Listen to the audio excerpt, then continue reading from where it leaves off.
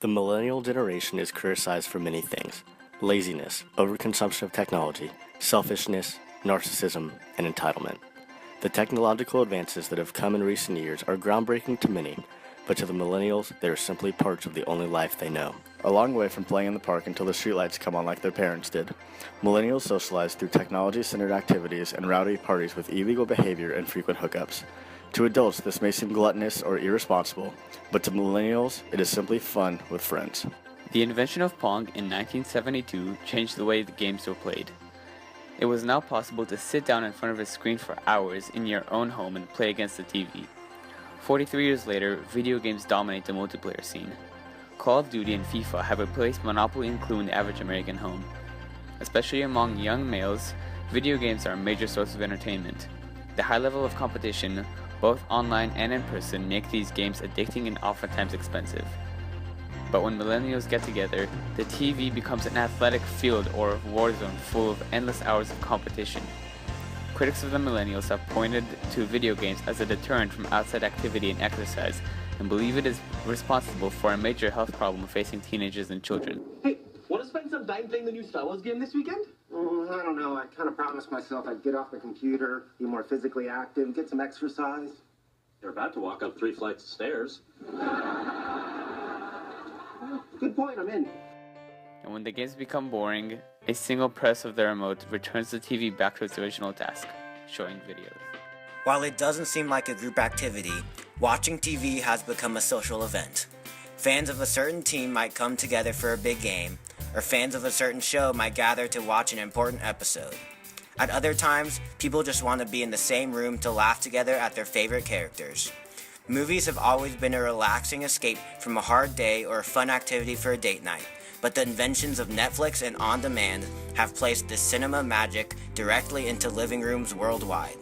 New technology, both on the screen and in the average millennial's pocket, has transformed face-to-face time into a sharing of virtual reality that people happen to experience in the same room at the same time. When the video games and movies become dull, there's another option available for millennials who want to socialize: parties.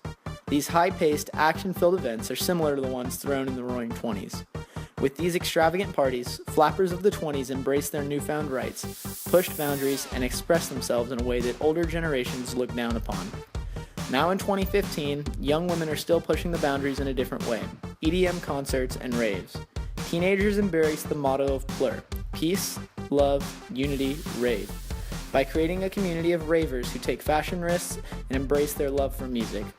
By solely looking at the superficiality of the parties that accompany raves, adults of today disapprove of this community instead of trying to understand the movement, similar to the adults during the time of the flappers.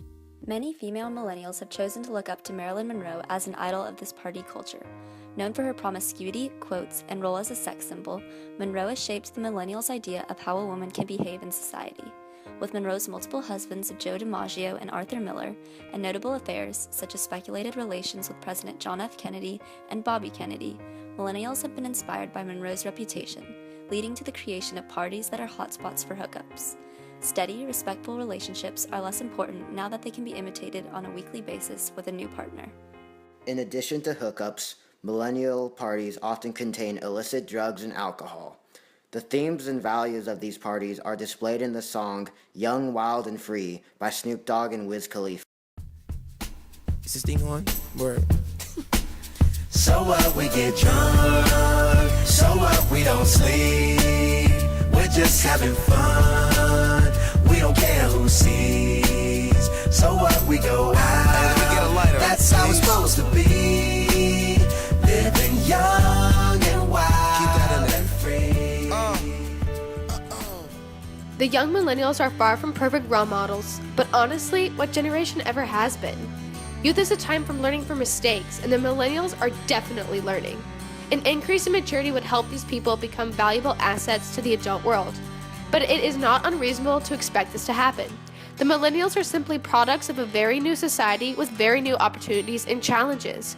Like every generation before them, they have been shaped by their time. The new way they socialize and interact with each other is simply progression of the old ways brought on by the new technology. Only time will tell how well the millennials adapt to the so-called real world.